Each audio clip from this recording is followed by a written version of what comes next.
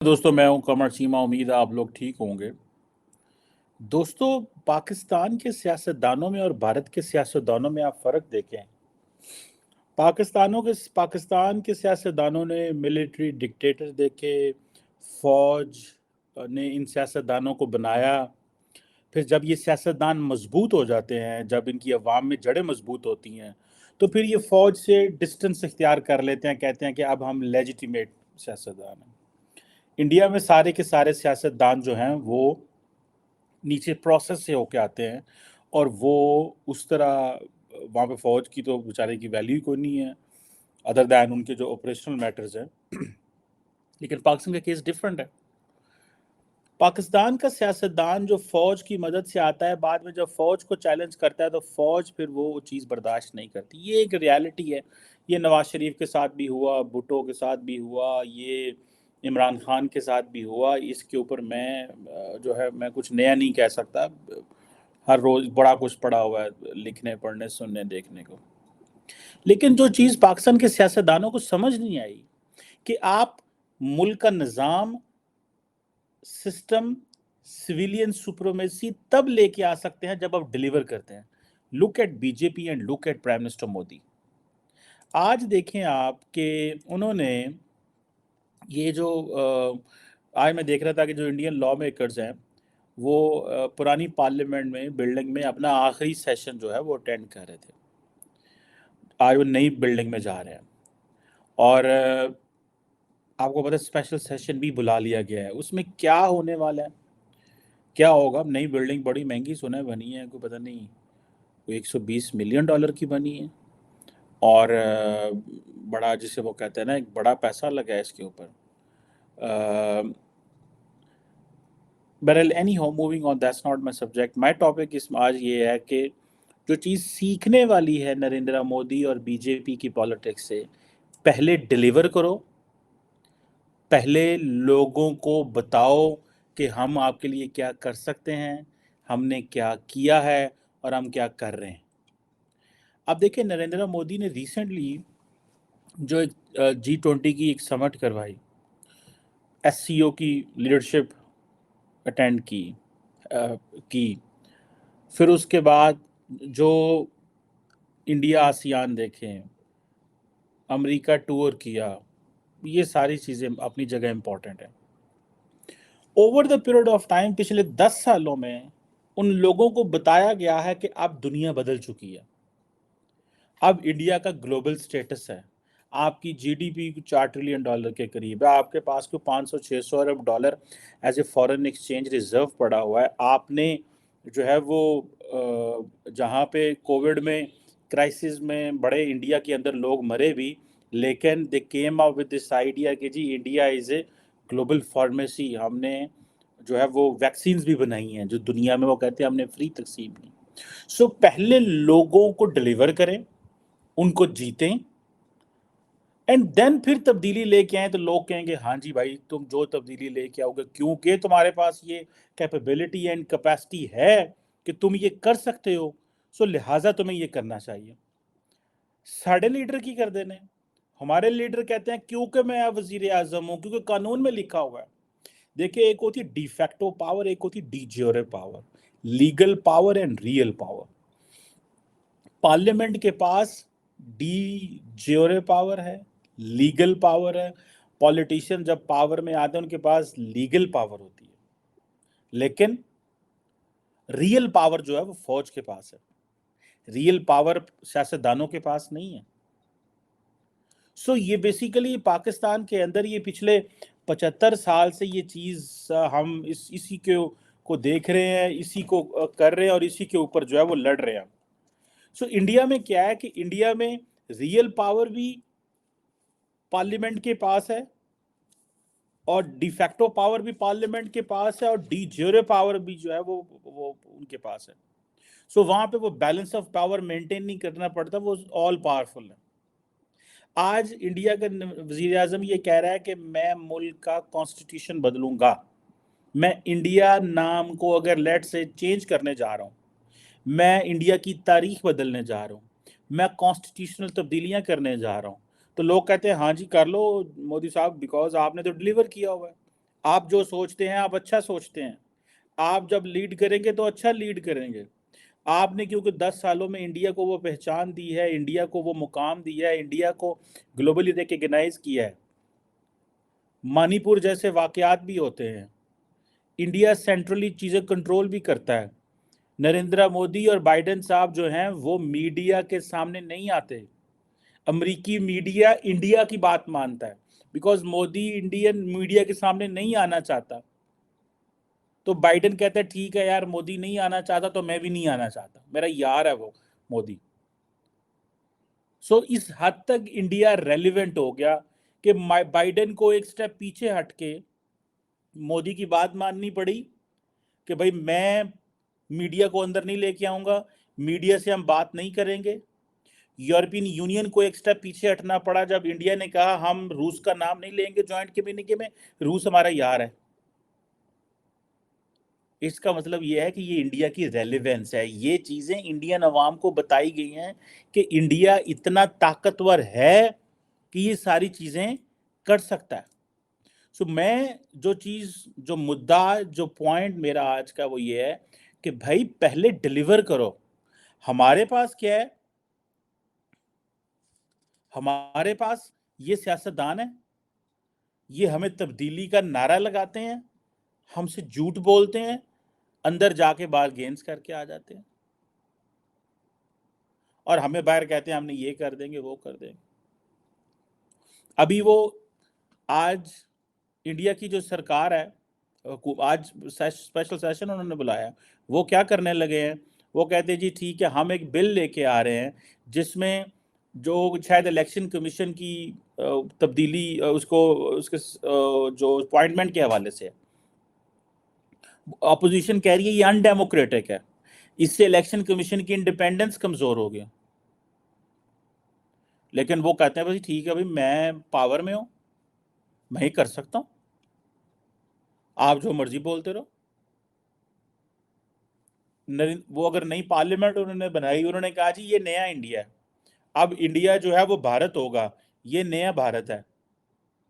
क्यों कि पीछे वो मेहनत थी, क्योंकि पीछे अच्छा एक और चीज़ पता चली डेवलपिंग वर्ल्ड में, और वो ये पता चली कि हमें लोगों को डेमोक्रेटिक क्रेडेंशियल्स नहीं चाहिए।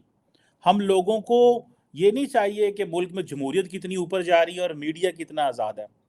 हम लोगों को रोज़गार चाहिए, जॉब्स चाहिए, बिजनेस चाहिए, मुकाम चाहिए, वो जो लॉस्ट ग्लोरी है वो रीगेन करनी है। ठीक है जी। सो इंडिया के अंदर इंडिया को जो एडवांटेज है, अब इंडिया को क्या एडवांटेज होता है कि मोदी साहब अगर अमेरिका में है, फ्रांस में है, इंडोनेशिया गया हुआ है, तो उसका पीछे से जो ताकतवर लोग हैं इंडिया के अंदर वो उसके खिलाफ साजिशें नहीं करेंगे कि इसको गिराओ, वो खुद ही जो करेगा करेगा। हमारे मुल्क में तो ऐसे होता है कि वजीर आजम अमरीका हमने पीछू डारो न किधर मेरी हुकूमत नहीं डर चली पीछो, मेरे पीछे से क्या करने वाले हैं। सो हम ये जो सियासतदान है, हमारे सियासतदान, इनको देखें कि अगर आप कोई भी कानून में तब्दीली नहीं लेके आ सकते, बिकॉज पार्लियामेंट, अब आपके पास कंट्रोल नहीं है पार्लियामेंट का। पार्लियामेंट के पास का जो कंट्रोल है वो भी मिलिट्री स्टैब्लिशमेंट के पास है। वो उन्होंने पॉलिटिशियंस की पावर्स इतनी छोटी छोटी कर दी हैं, इतना उनको डिसक्रेडिट कर दिया हुआ है कि कोई भी 2/3 मेजोरिटी नहीं ले पाता, सिंपल मेजोरिटी लेते हैं, ताकि जो दूसरी, ताकि वो जो छोटी जमातें हैं वो उनके कंट्रोल में होती हैं स्टैब्लिशमेंट के, और वो उनको कहते हैं इधर चले जाओ इधर चले जाओ, जहाँ से इशारा आएगा वो उस तरफ ज्वाइन कर लेते हैं। सो क्रूशियल लेजिस्लेशन नहीं कर पाते।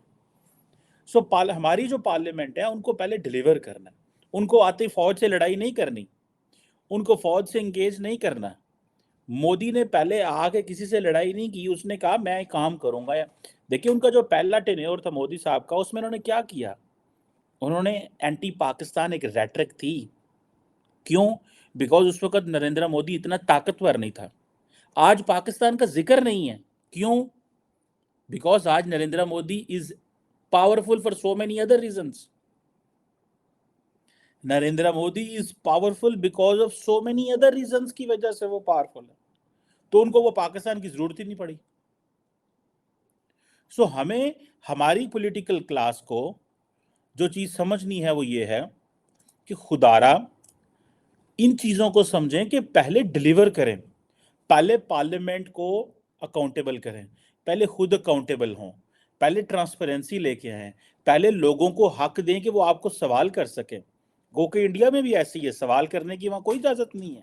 मीडिया के ऊपर आए रोज़ तनकीद हो रही है कि वो कॉम्प्रोमाइज़ है, वो ये हुआ है, वो हुआ है। इंडिया का सोशल मीडिया भी बड़ा एक्टिव है, पाकिस्तान में भी सोशल मीडिया बहुत ज़्यादा एक्टिव है। सुबह दोपहर शाम हर जगह जो है वो हमारा मीडिया पहुंचा होता है। सो क्वेश्चन हमारे पास ये है कि आपने देखना ये है कि नरेंद्र मोदी ने किस तरह चीज़ें जो हैं वो पहले उन्होंने की हैं। पहले उन्होंने अपनी पावर को इस्टेब्लिश किया है, विन की है, मेहनत की है, सुबह दोपहर शाम। उनके साथ लोग थे जो काम कर रहे थे, तब्दीली लाना चाहते थे। हमारे पॉलिटिकल क्लास को पहले अपने आप से लड़ना पड़ता है, फिर इस्टेब्लिशमेंट से, फिर अदारों से, फिर साजिशों से। सो पहले आप इकट्ठे हों, डिलीवर करें, सिस्टम को ट्रांसपेरेंट करें और ये हौसला रखें कि अगर 5 साल आपको मिले हैं तो हर बंदा ये चाहता है कि मेरा नाम ही तारीख में लिखा जाए। भाई आपका नाम तारीख में लिखना ज़रूरी नहीं है। पाकिस्तान का ग्रो करना और स्ट्रगल करना और पाकिस्तान की तरक्की होना, अवाम की तरक्की होना ज़्यादा ज़रूरी है। सो अगर आपको 5 साल मिल गए, आप तरक्की नहीं करें तो आप अगले को कहें कि ये मैं पावर आपको दे रहा हूँ, आप खुद चलाएं इसको और जो कॉन्टिन्यूटी रखें इसमें, ना कि ये कहें जी जो मैं तब्दीली लेके आऊँ सारा क्रेडिट मैं लूँगा ताकि अगली दफ़ा पावर में मैं हूँ। ये भी होता है सियासतदानों में, ये ज़ाहिर बात है, ये जेलसी और ये चीज़ें होती हैं बिकॉज उनको, सियासतदानों को ज़रा अच्छा नहीं लगता ताकत से बाहर रहना। उन बेचारों की तो इससे मौत वाक़या हो जाती है, उनका वो दे कांट डू इट। सो हमें इस चीज़ को ये समझना है कि हमें पाकिस्तान के अंदर ये मोदी स्टाइल को अडॉप्ट करें, ये इंडियन स्टाइल को अडॉप्ट करें, पहले डिलीवर करें। आज इंडिया भारत बनेगा, आज इलेक्शन कमीशन चेंज होगा, आज इंडिया पुरानी हिस्ट्री को भूलना चाहता है, आज इंडिया नए नाम रखना चाहता है, आज इंडिया अगर किसी मस्जिद को गिरा के वहाँ मंदिर बनाना चाहे तो वो ताकत में है इस वक्त, लोग उसके ऊपर कोई वो नहीं होगा। सो वो उन्होंने अपनी अपना जो डिलीवर किया है, मैं बार बार क्वेश्चन कहता हूँ डिलीवरी पे, डिलीवर करें। लोगों को आपकी शक्लों से प्यार नहीं होता, लोगों को आपकी तकरीरों से प्यार नहीं होता। हर बंदा चाहता है कि मेरी ज़िंदगी में कोई आसानी आई है कि नहीं आई। अगर मेरी ज़िंदगी में आसानी आई नहीं आई तो साथ वाले की ज़िंदगी में आसानी है, उससे साथ वाले की ज़िंदगी में आसानी है। मैं अगर 15 लोगों को जानता हूँ तो उनमें से कितने खुशहाल हैं, उन्होंने क्या किया कि वो खुशहाल हुए और उन्होंने हुकूमत की कौन सी पॉलिसी जो है उसको देखा है उसको, और उसके बाद वो समझते हैं कि हाँ जी ठीक है। सो मुझे ऐसे लगता है कि हमें, हमारी पॉलिटिकल क्लास को ये रूल्स फॉलो करने हैं कि पहले डिलीवर करें, लड़ाइयाँ ना लड़ें आते ही इस्टेब्लिशमेंट के साथ और फौज के साथ और जुडिशरी के साथ और बाकी सियासतदानों के साथ। हाई मॉरल वैल्यूज इस्टेब्लिश करें और अदारे भी उनको काम करने दें, जो कि ज़ाहिर बात है अदारे चाहते हैं कि वो काम करें, लेकिन अदारों का अपना एक स्टाइल है, वो भी 100% अपनी इम्प्लीमेंटेशन करना चाहते हैं, वो जो करना। सियासतदान पावर में आते हैं, they start poking military, you just can not move on with this. ऐसे निज़ाम नहीं चल सकता। फिर क्या होता है, एक बाप है उसके बाद बच्चे हैं, फिर उसके बच्चे हैं, फिर उसके बच्चे हैं। मोदी साहब ने इस चीज़ का भी तो गेम डाली हुई है। उन्होंने कांग्रेस को, बाकी लोगों को क्यों दबाया हुआ है? इसीलिए दबाया, उन्होंने कहा यार ये तो जैसे बोलते हैं ना कि ये लोग they are making things like this is a family limited. ये मुल्क कोई फैमिली किसी की थोड़ी है, ये मुल्क कोई किसी की जागीर थोड़ी है। और वो इस नारे को लोगों ने खरीदा है, लोगों ने खरीदा है। देखें पाकिस्तान में कौन सा ऐसा, इमरान खान बच्चे इंग्लैंड में थे, नरेंद्र मोदी कोई बच्चे नहीं है, कोई शादी नहीं है। दोनों ने एक जैसी बात थी तो लोग ज़्यादा इनको पॉपुलर समझते थे। मोदी को इसलिए पॉपुलर समझा जाता है बिकॉज वो कहते हैं यार इधर अग्गा ना पिछड़ काम करता है सुबह दोपहर शाम। इमरान खान जैसा तैसा, लोगों ने एक इम्प्रेशन था अवाम के अंदर, यार करप्ट नहीं है, चोर नहीं है, बच्चे बाहर हैं, अकेला रहता है, मुल्क के लिए देखता है, सोचता है, लोग उसकी आइडिया पर चल पड़े। लेकिन मार कहाँ खाई, फौज से टक्कर ले ली। सो आपने फौज से टक्कर नहीं लेनी, आपने अपने आप में, आपने बाकी सियासतदानों से लड़ना है अगर लड़ना है तो, लेकिन इतना ना लड़ेंगे सिस्टम ही डीरेल हो जाए यार। ये वो क्वेश्चन है जिसको हम समझते हैं कि एड्रेस करने की जरूरत है। सो मोदी एंड बीजेपी की पॉलिटिक्स ये है। And then same is for the Congress. Congress ने भी तो डिलीवर किया अच्छा भला, मनमोहन सिंह को देख लें, ठीक है, उन्होंने भी अच्छा भला डिलीवर किया। और उससे पहले वाजपेयी साहब थे, उन्होंने डिलीवर किया, सब ने डिलीवर किया, and then they made an impact. Continuity है। हमारा टेम्परामेंट ऐसा है कि हम sway people's, sway Sindh government and Punjab government के, हमने तो कभी किसी को मौका ही नहीं दिया 5-5 साल के ज़्यादा चलने के लिए। हम मुल्क में, हमारे में कोई ऐसी हुकूमत नहीं रही जिसने 5 और देन 5 साल, अगले 10 साल इकट्ठे किए हों, जिस तरह Narendra Modi did it. And then he made a change, and now he's making a change. He seems very popular again. He can win the elections. So ये है, पहले डिलीवर करो, देन चेंज कर दो, मुल्क का नाम बदल दो, लोग आपके साथ खड़े होंगे यार। पहले लोगों की ज़िंदगियों में तब्दीलियां तो लेके आओ, जिनके बलबूते पे आप पावर में आते हो। Thank you.